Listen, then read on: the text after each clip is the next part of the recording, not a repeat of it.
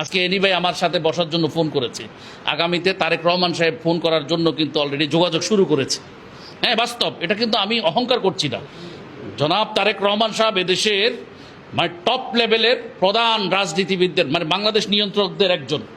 তো উনি চায় ইমামদেরকে দিয়ে একটা কনফারেন্স করতে, সেই প্রস্তাব আমাদের কাছে এসেছে।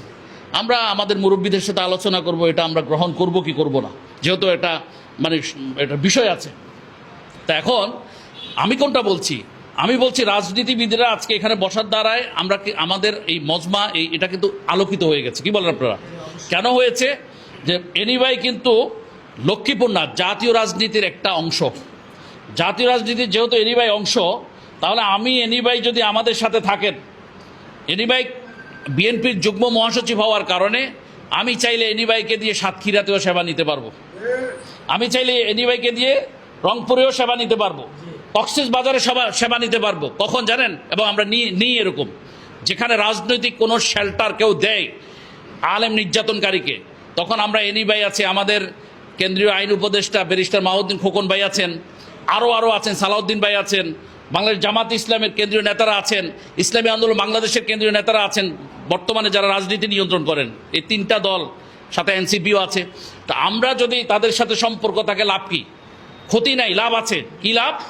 যে এনি ভাইকে যদি একটা ফোন করি, ভাই আপনার এলাকায় আপনার দলের একজন নেতা বা কর্মী আমার ইমামকে কি করছে, অন্যায়ভাবে অত্যাচার নির্যাতন করছে, ভাই প্লিজ একটু দেখেন। আমার বিশ্বাস এনি ভাই সাথে সাথে এটার বিরুদ্ধে অ্যাকশন নিবে, ব্যবস্থা নিবে। আমি মনে করি আজকে থেকে এনি ভাই এখানে আসার পর থেকে আগামীতে লক্ষ্মীপুরের যে ইমাম নির্যাতনকারীদেরকে দমন করা 50 ভাগ আমার জন্য সহজ হয়ে গেছে, আমার কাছে মনে হচ্ছে। বাকিটা উনি কাজে প্রমাণ করবেন ইনশাল্লাহ, বাকিটা উনি কাজে প্রমাণ করবেন কিনা ইনশাল্লাহ, ইনশাল্লাহ ইনশাল্লাহ ইনশাল্লাহ প্রমাণ করবেন, আমার বিশ্বাস আছে। তো যদি এটা হয়, আমরা রাজনৈতিকভাবে ভোট কাকে দেব মনে মনে আছে, কি আছে?